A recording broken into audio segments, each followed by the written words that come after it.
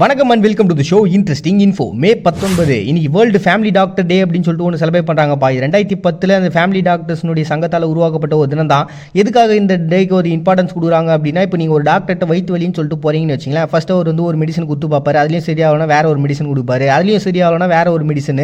So இப்படி நம்ம யார் நம்மளுடைய உடம்பு எதுக்கு சப்போர்ட் பண்ணுது அப்படின்னு சொல்லிட்டு எல்லாத்தையும் அனலைஸ் பண்ணி தான் ஒரு கரெக்டான ஒரு மெடிசன்றது நமக்கு வந்து சேரும். இதுதான் எல்லா டாக்டரும் பண்ணுவாங்க. ஆனால் நம்ம ஃபேமிலி டாக்டர்கிட்ட போனோம்னா நமக்கு தெரியும் இது எதை தின்ட்டு வந்து இந்த வயிற்று வலி வருது, அதனால் எந்த மெடிசனை கொடுத்தா கரெக்டாக செட் ஆகும்னு சொல்லிட்டு.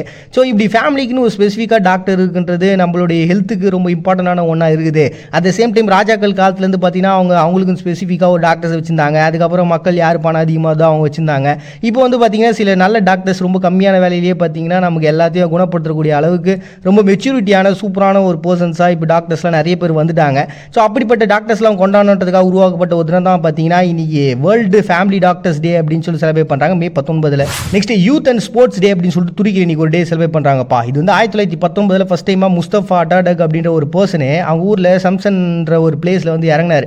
அங்கே வந்து ஒரு பெரிய உரை அப்படின்றத நிகழ்த்தினார். இதுக்கப்புறம் நம்ம ஃபாரினர்ஸ்லாம் வந்து அடங்கி போகணும் அவசியம் இல்லை, நமக்குன்னு ஒரு சுதந்திரத்தை உருவாக்கி ஆகணும், நம்ம நாட்டினுடைய வலிமைன்னா நமக்கு என்ன தேவை அப்படின்றதெல்லாம் ஒரு சமூக கட்டமைப்பு நம்ம கரெக்டாக உருவாக்கணும், அதுக்கு போர் தாண்டா சரியான வழி அப்படின்னு சொல்லிட்டு பேசி அதுக்கப்புறம் தான் அந்த சுதந்திர போராட்டம்ன்றது ஸ்டார்ட் ஆச்சு. ஸோ அப்படி அந்த நாளை வந்து பார்த்திங்கன்னா பேசும்போது அவர் என்ன சொன்னார்னா, இது வந்து என்னுடைய பிறந்த நாள், ஏன்னா நமக்கு சுதந்திரத்துக்கான எல்லா வழி இன்றைக்கி தான் பிறக்க போகுது அப்படின்ற ஒரு காரணத்தினால அந்த முஸ்தபா அட்டாடக் பேசின அந்த பேச்சு வந்து பார்த்திங்கன்னா அவங்க நாட்டினுடைய சுதந்திரத்துக்கு ஒரு பெரிய விஷயமா அமைஞ்சிச்சுங்க. அந்த படையில் பார்த்திங்கன்னா நிறைய இளைஞர்கள் இருந்ததுனால அந்த நாளை பார்த்திங்கன்னா இன்றைக்கி யூத் அண்ட் ஸ்போர்ட்ஸ் டே அப்படின்னு சொல்லிட்டு செலிப்ரேட் பண்ணுறாங்க துருக்கி. இந்த நாளுக்கும் இதுக்கப்புறம் சொல்ல போகிற இந்த ஜியோனசைட் ரிமெம்பரன்ஸ் டே அப்படின்னு சொல்லிட்டு கிரீஸில் ஒரு டே செலிப்ரேட் பண்ணுறாங்க. அதுக்கு சம்மந்தங்குது என்னன்னா, இந்த முஸ்தபா அட்டாடக் வந்து போர் புரிஞ்சான்னு சொன்னால் எதனால் போர் புரிஞ்சு யார் மேலே போர் புரிஞ்சாங்கன்னா, இந்த ஒட்டமோன் பேரரசில் இருக்கக்கூடிய அதே மாதிரி துருக்கியில் இருக்கக்கூடிய கிறிஸ்துவர்களை டார்கெட் பண்ணி தான் இந்த போர் அப்படின்றது நடந்தது. இதில் கிட்டத்தட்ட 3,50,000 மக்கள் வந்து இறந்து போனாங்களாம் 8 வருஷ கேப்லேயே. ஸோ இவ்வளோ பெரிய அடக்குமுறை, இவ்வளோ பெரிய சர்வாதிகாரத்தை பண்ணியிருக்காரு முஸ்தபா அட்டாடக் அப்படின்னு சொல்லிட்டு அதுக்காக ஒரு எதிர்ப்பு தெரிவிக்கணும் அப்படின்றதுனால கிரீஸில், அதாவது இந்த நாட்டிலேருந்து நாடு கடத்தி கொண்டு போகும்போது இத்தனை பேர் இறந்து போனாங்க. அப்படி இங்கே இருந்தவங்க பல பேர் வந்து தப்பிச்சு இப்போ கிரீஸுக்கு போயிட்டாங்க, அதாவது துருக்கியிலேருந்து தப்பிச்சு கிரீஸ் போயிட்டாங்க. அங்கே இருக்கக்கூடிய மக்களால் அனுசரிக்கப்படக்கூடிய ஒரு தினமாக தான் பார்த்தீங்கன்னா இந்த முஸ்தபா அட்டாடக்னுடைய ஒரு அடக்குமுறையில் இறந்தவங்களுக்காக நினைவு கூறணுன்றதுனால ஜியோசைட் ரிமெம்பரன்ஸ் டே அப்படின்னு சொல்லிட்டு கிரீஸ் வந்து அனுசரிக்கிறாங்க மே 19.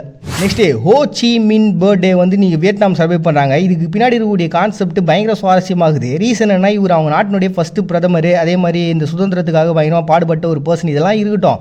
பட் ஆனால் இவருடைய பாஸ்ட் லைஃப் இருக்குதுல்ல, இவர் எங்கேருந்து வந்தார், இவர் எங்கே பிறந்தார், என்ன பண்ணார், எதுவுமே யாருக்குமே முழுமையாக தெரியாத ஒரு விவரமாகவே இருக்குதுங்க. ஏன்னா இவர் வந்து பார்த்தீங்கன்னா சோவியத்தில் இருந்தார், அப்புறம் ஃப்ரெஞ்சுக்காரங்க அங்கே வந்து படிச்சுட்டு இருந்தார் அப்படின்னு சொல்லி ஏகப்பட்ட விஷயங்கள் இருக்குது. இவர் ஒரு எழுத்தாளராக இருந்திருக்காரு, கவிஞராக இருந்திருக்காரு, இவருடைய படைப்புகள்லாம் நிறையவே இருக்குது. பட் இருந்தாலும் இவருடைய பாஸ்ட் எங்கே என்ன ஆச்சுன்னே தெரியல. திடீர்னு வந்தார், ஒரு கம்யூனிஸ்ட் கட்சியை உருவாகினார், அப்புறம் அவங்க நாட்டுக்கான சுதந்திரத்தை வாங்கி தரத்தில் பயங்கரமான போராட்டம் போய் கடைசியில் ஒரு இடத்துல தன்னுடைய உயிரையும் கொடுத்துட்டு போயிட்டாரு.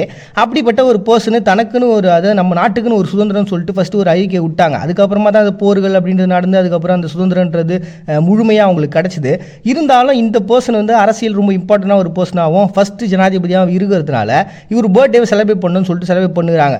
இதில் சுவாரஸ்யமான விஷயம் என்ன அப்படின்னு பார்த்தா, இவர் இது வரைக்கும் ஒரு 50 புனைப்பேர் வச்சுக்கிறாங்க, ஏகப்பட்ட சுயசரிதைகள் எழுதியிருக்காங்க, எல்லாமே இவரை பற்றி தான். ஆனால் கதைங்க என்னமோ வேறு வேறையாக தான் இருக்கும். ஸோ அப்படிப்பட்ட ஒரு பர்சனை, ஒரு இமேஜினரியான ஒரு பாஸ்ட் வாழ்க்கையை வச்சிருக்கக்கூடிய ஹோ சி மின்னுடைய பர்த்டேவை செலிப்ரேட் பண்ணுறாங்க வியட்நாமே May 19. Next day memorial day for the dead in Finland அப்படின்னு சொல்லுங்க. ஃபின்லாண்டை பொறுத்த வரைக்கும் ஏகப்பட்ட போர்கள் நடந்திருக்குது. அதுலேயும் 30,000 பேர் ஃபினிஷ் வாரில் இறந்து போனாங்க, 20,000 பேர் வின்டர் வாரில் இறந்து போனாங்க, 63,000 பேர் தொடர்ந்து நடந்த போர்கள் இறந்து போனாங்க. இதெல்லாம் சும்மா அவங்க வச்சிருக்கக்கூடிய கணக்குகள் தான். உண்மையாகவே எத்தனை பேர் இறந்து போனாங்க அப்படின்ற கணக்கே கிடையாதுங்க. அதே மாதிரி இவங்க நாட்டுக்கு ஃபர்ஸ்ட் வந்து சோவியத்தினுடைய ஆக்கிரமிப்பு இருந்தது, அதுக்கப்புறம் ஜெர்மன் வந்தாங்க, மறுபடியும் சோவியத் வந்தாங்க, இப்படி ஏகப்பட்ட பேருடைய கண்ட்ரோல்லேயே இவங்க இருந்தாங்க. ஸோ அதனால் இவங்களுக்குன்னு ஒரு தனியாக சுதந்திரத்துக்கான ஒரு டேட் அப்படின்றது இல்லாமல் தான் இருக்குது. அதனால் இவங்க எந்த டே வந்து செலிப்ரேட் பண்ணுறாங்க அப்படின்னு பார்த்தீங்கன்னா 1906 ஒரு பொது தேர்தல் நடந்ததுங்க.